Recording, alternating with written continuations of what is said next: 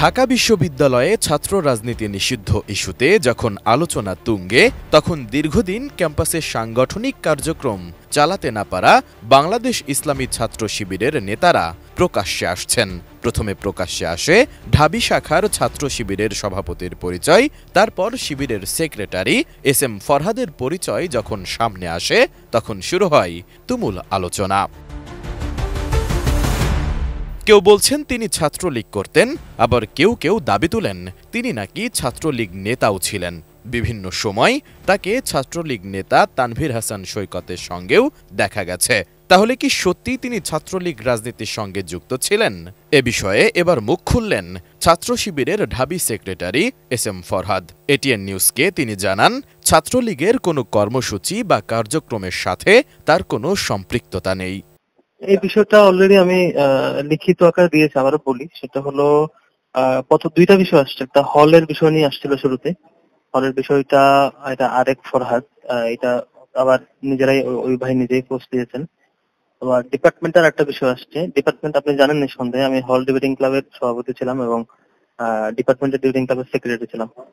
তো টোটাল ইস্যুতেই সবার সাথে আমার উঠা বসা হইতো এবং ডিপার্টমেন্টের যারা যারা ছিলেন আমার বন্ধু বান্ধব সবাই আমার সাথে পরিচয় ছিল।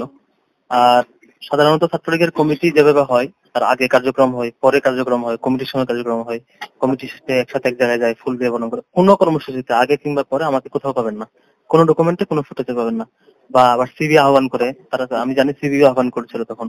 তো কোনোটাতেই আমাকে পাবেন না, না সিভি দেওয়া, না কর্মসূচিতে যাওয়া, না একসাথে কোথাও দিয়ে ফুল দেওয়া, না কোথাও না কারোর সাথে সাক্ষাৎ করা, কোনো স্টেপেই কোনো কর্মসূচিতে আমাকে নিঃসন্দেহে পাবেন না। এখন বাকিটা এদের দায়, বা কারা করছে, তারা কেন করছে, তাদের কাছে ব্যাখ্যা থাকবে আর কি। আর সৈকতের সাথে ওগুলো ছবি, আরো মানে বিভিন্ন প্রোগ্রামের অনেকগুলো ছবি, সবগুলো ডিবেটিং ক্লাবের পক্ষ থেকে, ডিবেটিং ক্লাবের আয়োজন উপলক্ষে।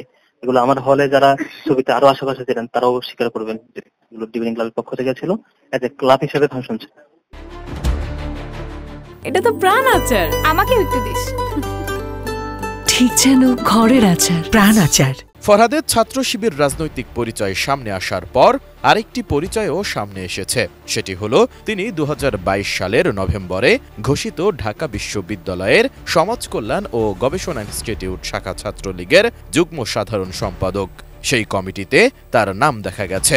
এ বিষয়ে ফেসবুকে চলছে পক্ষে বিপক্ষে নানা আলোচনা। এ নিয়ে জানতে চাইলে ফরহাদ জানান, একটা ছেলে সিভি না দিয়ে কিংবা আগে পরের কোনো কর্মসূচিতে না থেকেও কিভাবে কমিটিতে থাকে, এটা ছাত্রলীগই বলতে পারবে।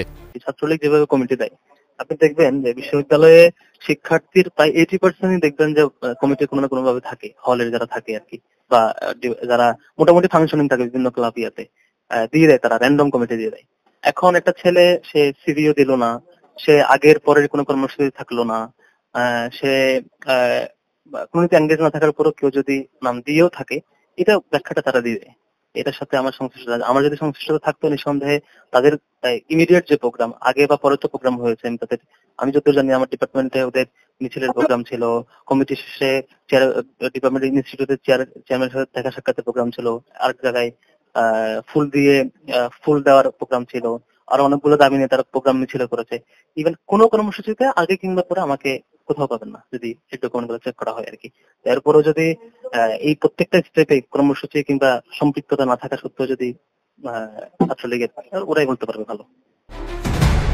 এ সময় ক্যাম্পাসে ছাত্র রাজনীতি নিষিদ্ধের বিষয়ে তার মন্তব্য কি জানতে চাইলে সংস্কার ও গোছানো রূপে ছাত্র রাজনীতি পরিচালনার পক্ষে মত দেন তিনি। ফেসিবাদ আমলে ছাত্র রাজনীতি বলতে যেটা মানুষের কাছে পরিচিত হয়েছে, যে প্রোটোকল দিবে, বড় মিছিল হবে, গেস্ট রুম হবে, গণরুম হবে, বড় বড় সমাবেশ হবে, নেতা আসলে দাঁড়ায় থাকা লাগবে, এই যে রাজনৈতিক যে কর্মকাণ্ড, এই ফেসিবাদ আমলে ছাত্রলীগ বা অন্য লেয়ার আমরা দেখেছি, এটার সাথে ছাত্র শিবির কখনোই মানে একমত না। ছাত্র শিবির এইভাবে পলিটিক্স করে না আর কি, আমরা একমত না। বরঞ্চ এটা আমাদের দাবি ছিল বা আমাদের প্রত্যাশা এটাই যে এটার একটা সংস্কার হবে, একটা মডিফাইড রূপ আসবে, যেখানে এ ধরনের কোনো গণরুম গেস্টরুমের কালচার থাকবে না, যেখানে কোনো আদর্শ কারোর উপর চাপাইয়ে দেওয়া থাকবে না, বরং কেউ যদি আগ্রহী হয় সে এঙ্গেজ হইতে পারবে।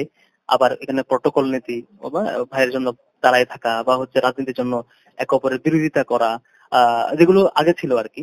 তো এটার সাথে আমরা একমত না আর কি। এটা সংস্কার এবং একটা প্রথম রূপে রাজনীতির প্র্যাকটিস থাকবে, এটাই আমরা আশা করি আর কি। একটু বলে রাখি যে কারণে রাজনীতির প্রতি সাধারণ শিক্ষার্থীদের বিরক্ত আসছে, মানে এটা বিরোধী মনোভাব আমরা লক্ষ্য করছি, এটা মূলত ফেসিবাদের এই অ্যাক্টিভিটিস এর কারণে। যখন এই সংস্কার করা একটা রূপ আমরা দেখতে পাবো, নিঃসন্দেহে শিক্ষার্থীরাও বুঝবেন যে আসলেই রাজনীতি সুন্দর হলে পরিস্থিতি শিক্ষার্থী আরো বেশি উপকৃত হয়।